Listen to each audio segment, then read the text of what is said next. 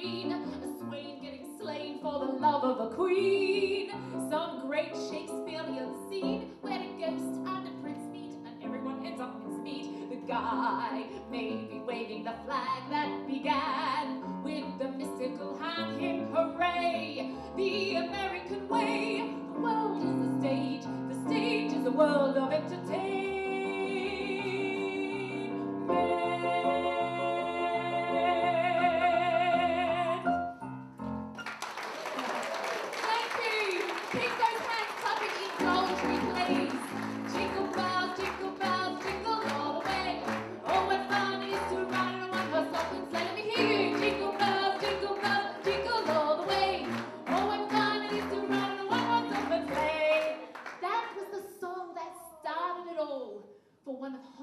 Golden era icons, Frances Gum. Yes, you've come to the right show. Judy Garland was born a little bit later on. Now, Frances Gum was only 2 years old when she sang Jingle Bells on a movie theatre stage that her parents managed, and she heard the applause, so she sang it again. More applause, so she sang it again. She sang it over and over again until she was dragged off the stage, kicking and screaming. Oh, she loved the stage, the spotlight, and of course those applause. Now, Frances was nicknamed Baby, but nobody put Baby in the corner. They put her right up on stage, along with her older sisters, in a tough vaudevillian schedule of 8 performances a day. Now, our next slide, you'll see the 3 girls and Mama at the top there. Now, in 1934, when Frances was 12 years old, that's when Judy Garland was born. Her mother, who was a very strict stage mum, took her out of the Gum Sisters trio and they continued touring the country together. Judy Garland performed in hotels, nightclubs, theatres. She loved the stage. She grew up on it. Actually, I'd like to invite you to clap for the wonderful Tom on our keys today. Invite you to clap. And no doubt I shall introduce myself, even though I got a lovely announcement from Malcolm. My name's Teresa Di Gennaro, and thank you. And today I won't be impersonating anybody except myself. You see, Judy was about 4 foot something, Liza was just a bit taller, and I'm like 6 foot something, especially in these shoes. They both had these big, brown, wide chocolate eyes, and I've got green little squinty ones. And they both had, well, let's just say they were top heavy. Let's leave it at that. I've wanted to do a tribute show to these wonderful women for a long time now and take a sneaky peek into their personal lives and look at the mother-daughter relationship. So today, let's let's ride the roller coaster together, yeah? Thank you. The ups, the downs, the successes, the distresses, with beautiful songs that define them. Of course, we'll never know who they really are, but we'll get to thank them and appreciate the host of 20th century entertainment they gave us, and 21st century entertainment. Let's get back to the Judy Garland part of the story. For more than 40 years, she was a minstrel girl, singing for her supper in the throngs. And in that time, her world had been a minstrel world, and the history of her life is in her songs. Gay songs, sad songs, good songs, bad songs, new songs, old songs, die songs and old songs, shy songs, bold songs, show must go on songs, ever so smart songs, and oh so broken heart songs. There are so many songs, I don't know what to do, except to sing a few of them for you. It was Judy's 3rd audition with MGM Studios where she was successful. So she stopped touring the country and she went and signed her life away to the studios. Or rather, her mother signed the documents. Judy was really excited to become a movie star. This next song is one that she sang at the auditions. Dear, when you smiled at of me, I heard a melody. It haunted me from the start.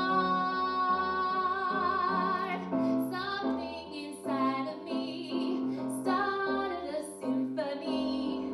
Sing went the strings of my heart.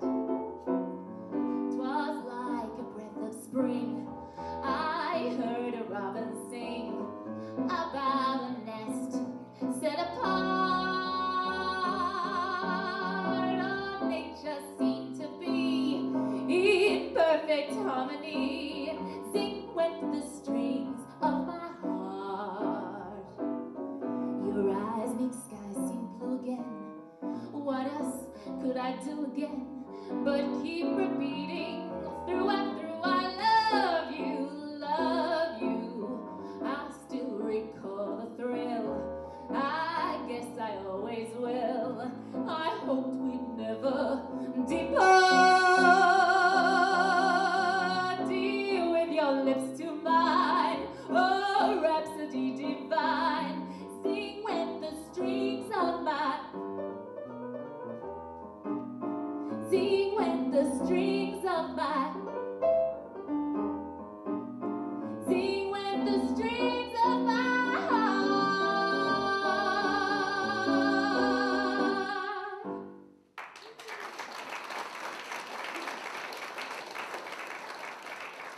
That song, where the studio's needs came before Judy's. Her father was dying in hospital, and she was still forced to go and sing at the MGM radio program where she sang Zing. Even the day after he passed, it was demanded that she go back to work. Even her mother pressured her. You see, she was the family's breadwinner now, and she sang for everybody's supper. It was a pattern that continued throughout her whole life. Now, she was very close with her father. She felt like he was the only person who really understood her and was on her side. As for her mother, she was really scared of her and considered her the real Wicked Witch of the West. Now, she didn't get into film straight away. It took 2 years of intense physiotherapy for her scoliosis. She had to go on a strict diet to lose weight. They put caps on her crooked teeth. They put metal things in her nose to lift the tip. It was hard work at MGM. And they told this young teenager that she was a fat and ugly hunchback. No wonder she didn't like the way she looked. Now, the first song I'm going to sing of the medley coming up is something she sang to Clark Gable years later at his birthday party at the studios. Oh, she made a real impression. That's when she moved from radio to screen. We can say that this song started her career as a movie star. You made me love you. I didn't want to do it. I didn't want to do it. You made me love you, and all the time you knew it. I guess you always knew it. You made me happy sometimes. You made me glad. But there were times, dear, you made me feel so bad. You made me sigh 'cause I didn't want to tell you. I didn't want to tell you. I think you're grand, that's true. Yes, I do, indeed I do.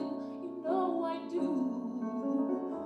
I can't tell you what I'm feeling. The very mention of your name sends my heart reeling.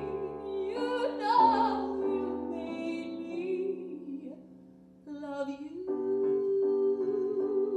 You can all sing along to this next one.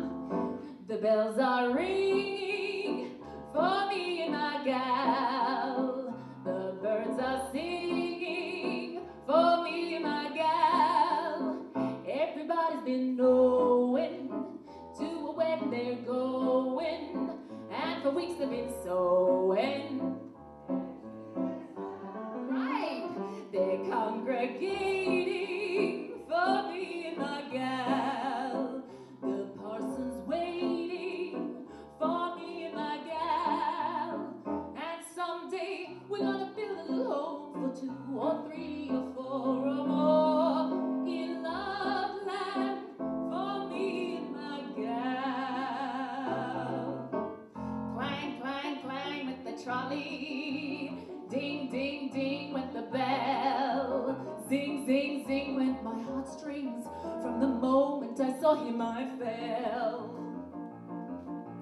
Chug, chug, chug went the motor.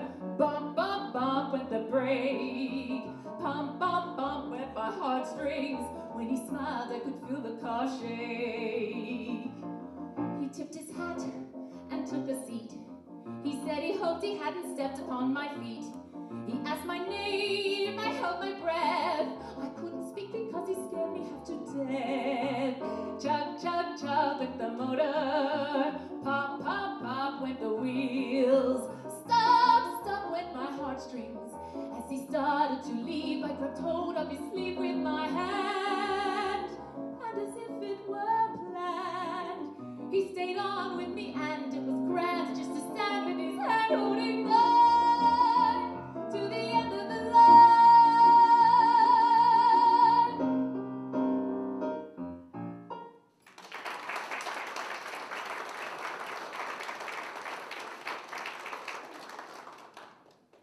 Well, Judy made 6 movies before the age of 16. And when she was 16, then she was cast as a 12-year-old, as Dorothy, of course, in The Wizard of Oz. Now, isn't it quite ironic that the role that Judy's most famous for was that of playing a child? But poor Judy Garland didn't know what it was like to really be a child, an average child anyway. She even won an Oscar for it. Now, Judy was really quite talented, but the pressure that they put her under when they were going from screen to movies was quite intense. She was already on amphetamines because her mother gave them to her when she was 8 to keep up with vaudeville. But MGM, they just pumped her with more, and they started her on sleeping pills. It was very often that she would work 3 days straight with no sleep at all. She became a commodity, a business asset. All she felt like she was a voice.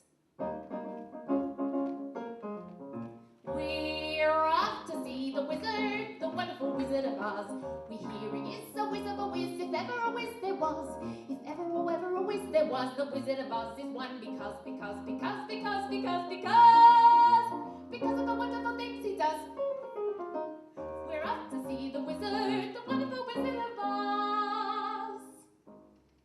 Now, Judy and Mickey Rooney were best friends at the studios. Now, who's seen Judy in a movie with Mickey Rooney? Yeah, there were 9 of them all together. But they knew each other before the studios. They went to school together and the vaudeville circuit. Everyone knew each other. Now, Mickey Rooney was Judy's real lifeline at the studios. So, I saw an interview with Mickey Rooney before he passed away. What was that, 3 months ago? That wasn't long ago, was it? Well, Mickey Rooney said Judy was the sister he never had. You don't know that I felt good when we up and parted. You don't know I'm knocked on wood, gladly broken-hearted. Worrying is through, I sleep all night, appetite and health restored. You don't know how much I'm bored.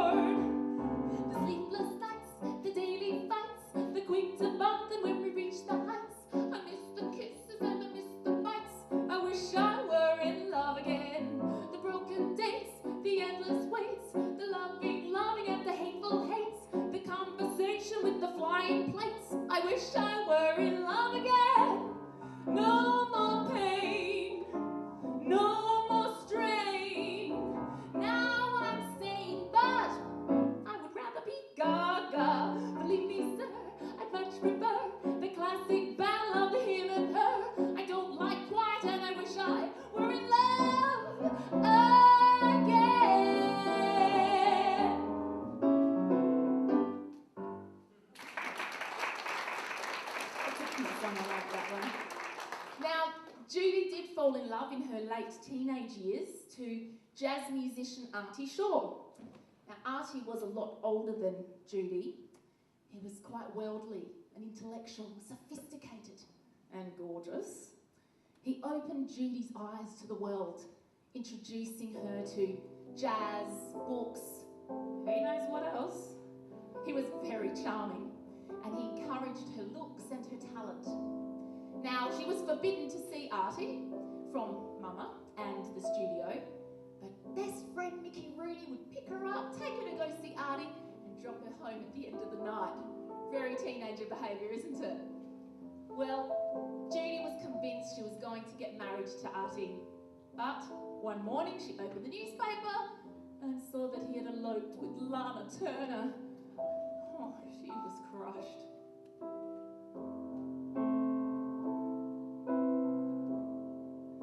The night is bitter, the stars have lost their glitter, the winds grow colder, and suddenly you're older, and all because of the man that got away.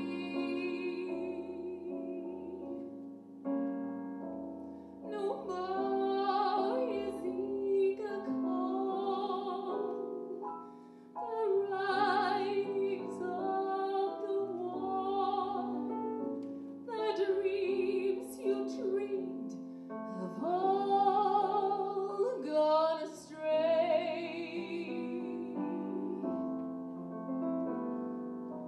The man that won you has run off and undone you.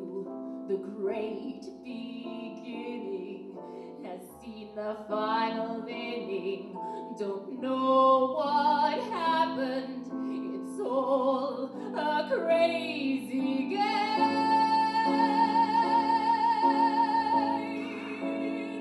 No more that old-time thrill, for you've been through the meal, and never a new love will ever be the same. Good riddance, goodbye. Every trick of his you're unto, but fools will be fools, and where's he gone to? The road gets rougher, it's lonelier and tougher. You hope you burn up, tomorrow he may turn up. There's just no let up, the live long night and day. Ever since this world began, there is nothing sadder than a one-man woman looking for the man that got away. The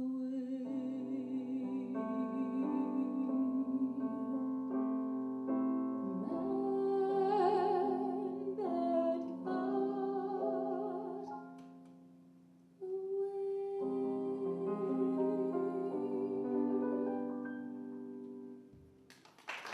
Your vocals, please. Oh, look at that clarinet. It's a big one. Now, Judy, some people got it. Judy finally felt like she'd made her father proud when she laid her hands and feet in the wet concrete at Grauman's Chinese Theatre.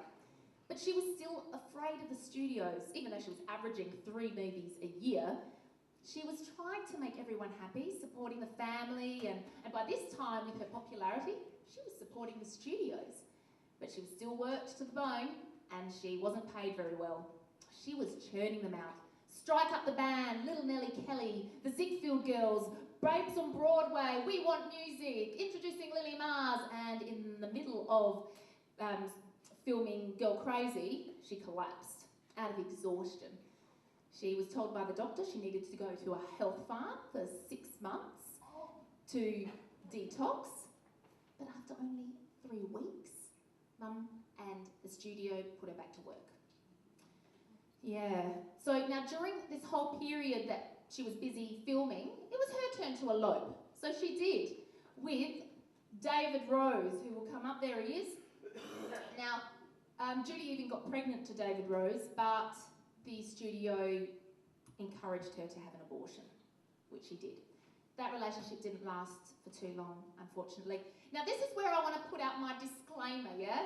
Obviously, everything I'm telling you today, I've researched with books, movies, internet, interviews, but trying to find out the difference between fact and fiction in Hollywood, very difficult. So let's just say today's stories are based on fact, and any resemblance to actual people, events, living or alive, is pure coincidence. Does anyone remember the movie Meet Me in St. Louis? Yes. Of course, they play it every Christmas time, don't they? Well, this is a good time for Judy. She was at her peak at MGM, career-wise, health-wise, she was doing really well, and she was falling in love again with Vincent Minnelli during the filming of that movie. She actually said that she didn't want to play that role anymore because it was a teenager role. She was sick of it, so she almost didn't take the film part, but she did, lucky for Liza, because they got married after the movie and she got pregnant with Liza. She then threw her pills into the river and was looking forward to being a stay-at-home mum. The studios offered her a contract, double pay, but she tore it up. It was happy times for Judy and Vincent. Have yourself a merry little Christmas. Let your heart be light. Until next year, our troubles will be out of sight.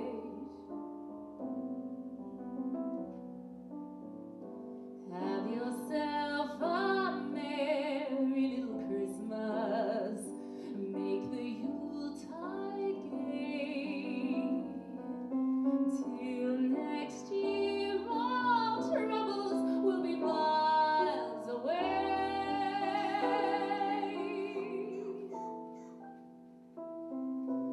Once again, as in olden days, happy golden days of yore. Faithful friends who were dear to us shall be near to us once more. Sometime soon we all will be together as the fates allow. But till then you'll have to muddle through somehow. So have yourself a merry little Christmas at the end of the year. 2 Christmas carols, and there's no more, don't worry. But the happy times didn't last. She got postpartum depression, and then Vincent had an affair, and from that moment on, she started having affairs as well. She had one with Liza's godfather, Frank Sinatra, Yul Brynner, Orson Welles. Look, the list goes on, and it was something that happened throughout all marriages. You really shouldn't have done it. You hadn't any right. I really shouldn't have let you kiss me. And though it was wrong, I never was strong. So as long as you've begun it, and you know you shouldn't have done it,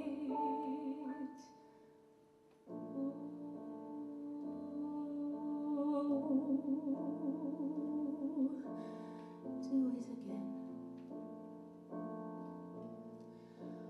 I may cry, oh no, no, no,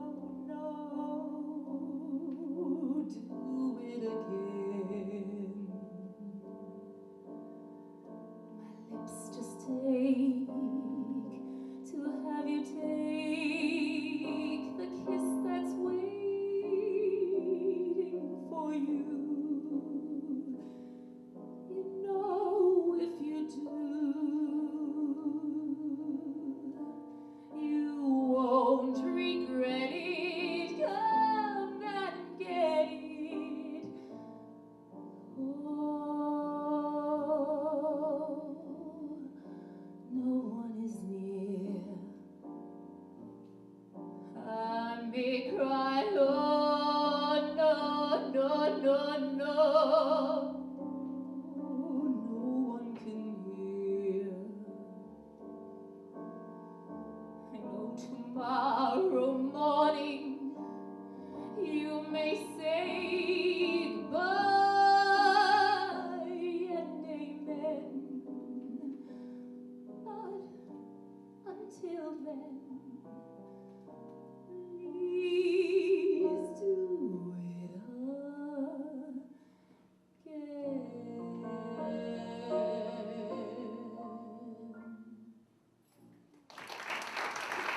It's hard to hear.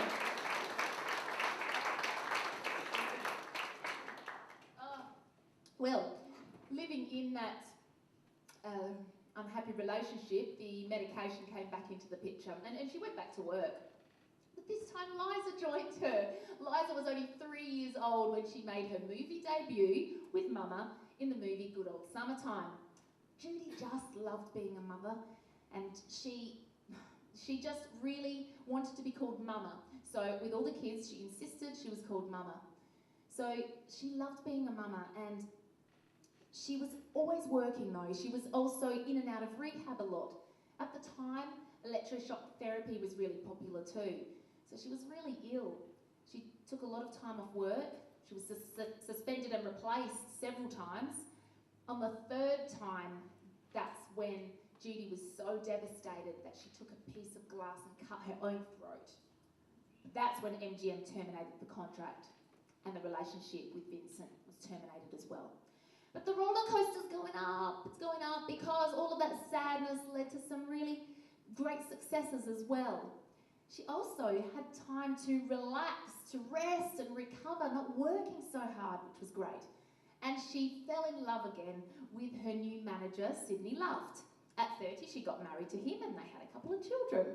Now, it was Sydney Luft that really brought back her career. It kick-started it. He organised a concert tour in the UK, and that went really, really well. Finally, Judy was at home again, on stage, under the lights with those wonderful applauses. Now, after that concert, she came back to Broadway, and she reopened the Palace Theatre at Times Square. That went fabulously well as well, except the press was quite harsh on the way she looked. And she finally got to eat something, just, you know, relax. So she finally got to eat and she had those extra pounds. But with the Palace Theatre, that went so well that finally, with all this popularity that she could pull the punches in her career now.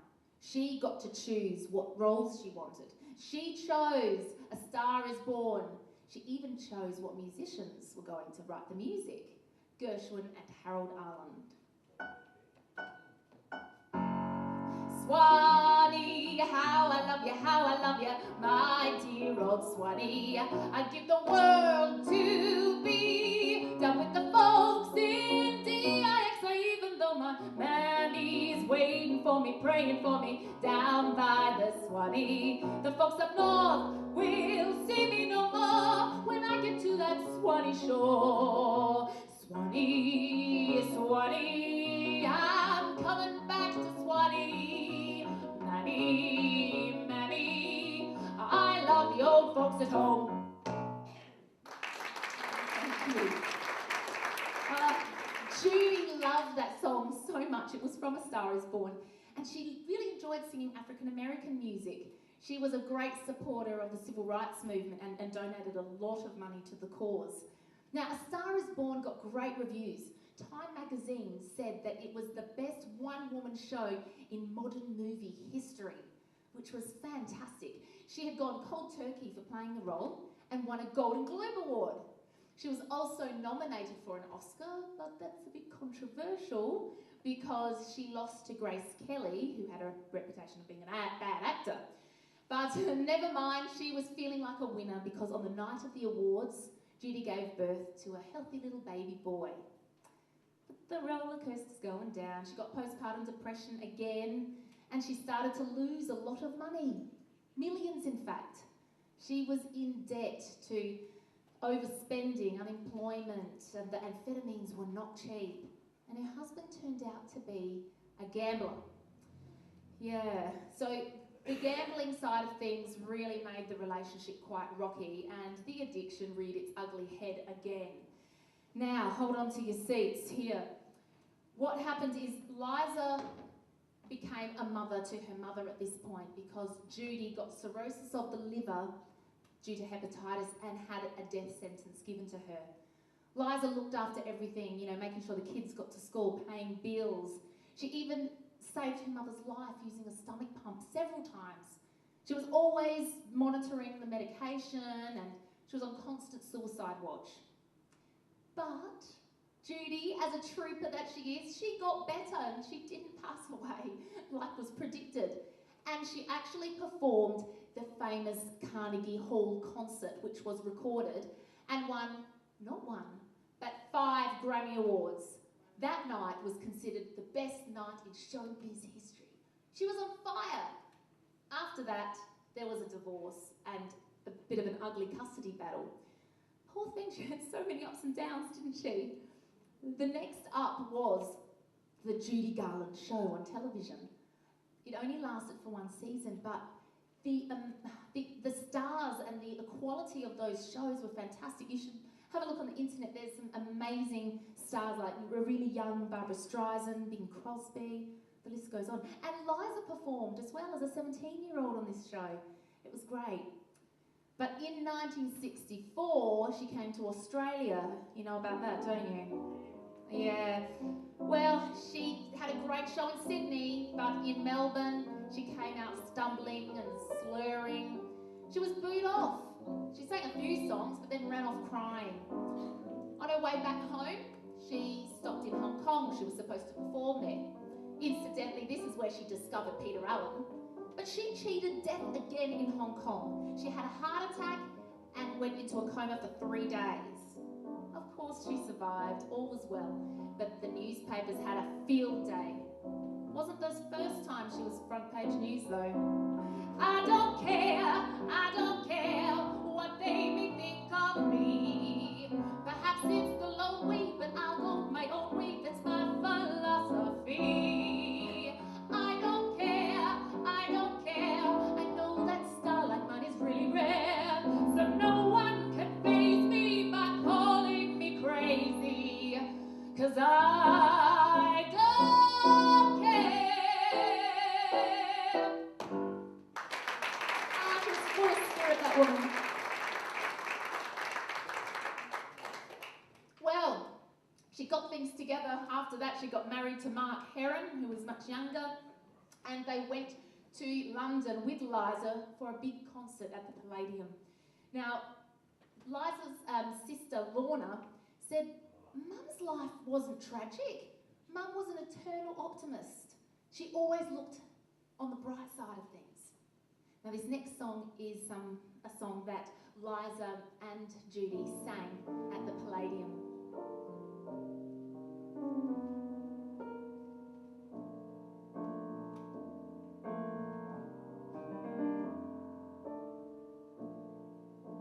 Smile though your heart is aching. Smile even though it's breaking.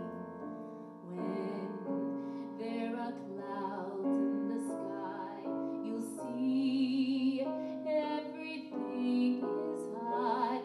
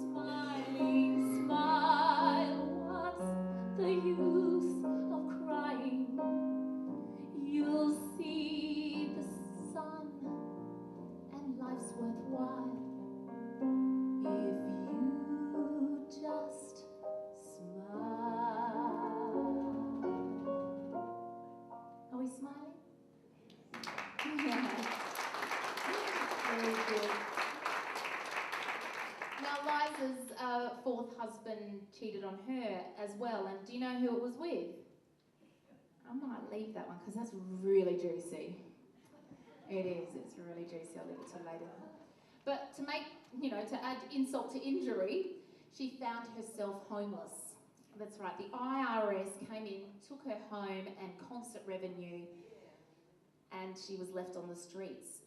She was in a lot of trouble because she had back taxes to pay. Not only that, she had funds to pay that an old manager had embezzled. So after 40 years of working her butt off, there she was on the streets with her kids. I mean, Liza was in New York already, but she had the young ones. So what she did, she made a game out of it all, an adventure. She went from town to town, Lux Hotel to Lux Hotel, and they just left before checkout time. Oh yeah, you should try it, see if it works. Now, in the 40s, she played a tramp with champagne taste in the movie Easter Parade with Fred Astaire. And Fred Astaire respected Judy quite a lot. We're a couple of swells, we go to the best hotels, but we prefer the country far away from the city smells. We're a couple of sports, the pride of the tennis courts. In June, July and August we look cute when we're dressed in shorts. The Vanderbilts have asked us up for tea. We don't know how to get there, no sorry, no sorry. We would drive up the avenue, but we haven't got the price. We would skate up the avenue, but there isn't any ice. We would ride on a bicycle, but there isn't any bike. So we'll walk up the avenue, yes, we'll walk up the avenue, yes, we'll walk up the avenue's what we like.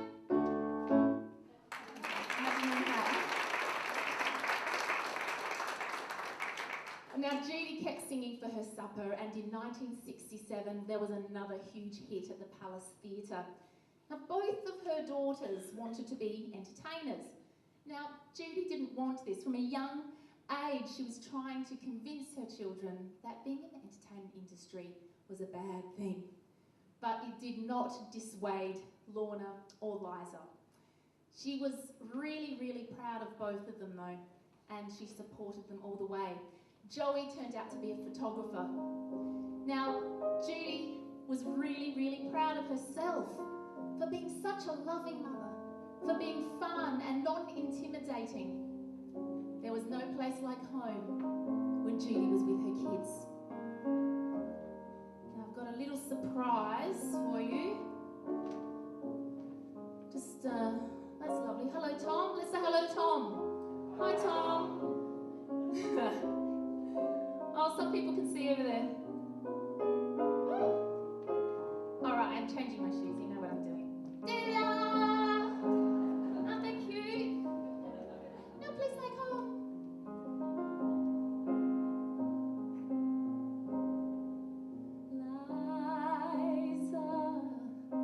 Liza, skies are grey, but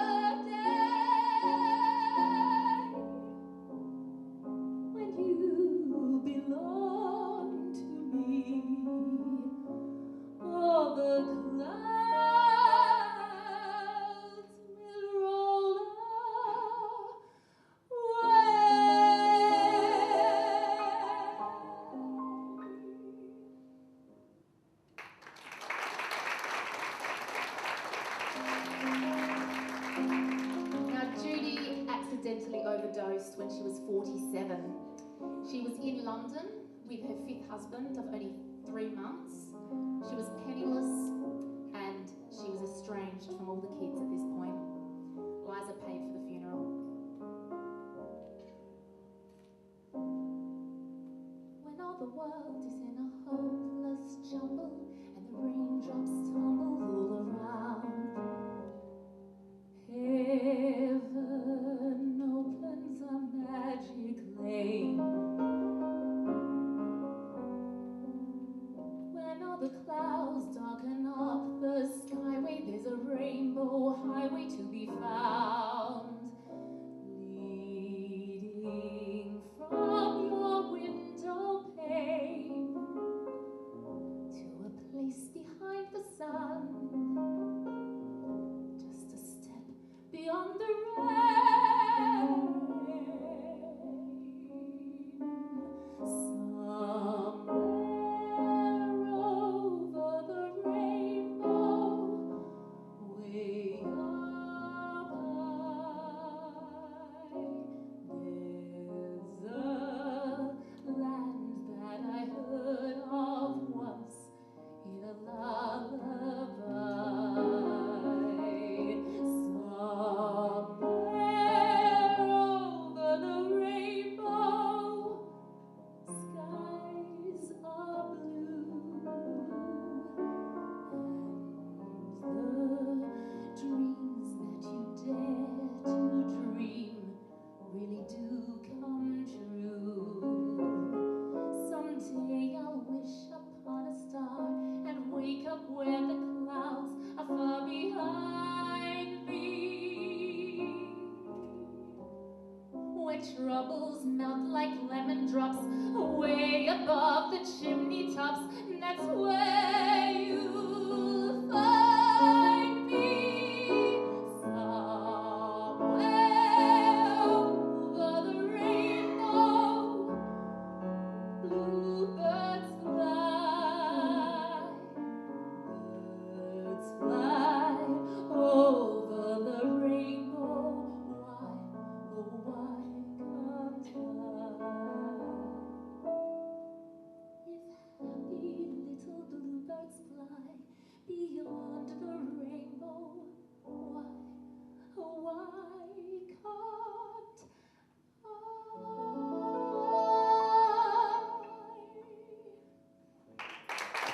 Thank you. I'll see you after the break. Enjoy interval.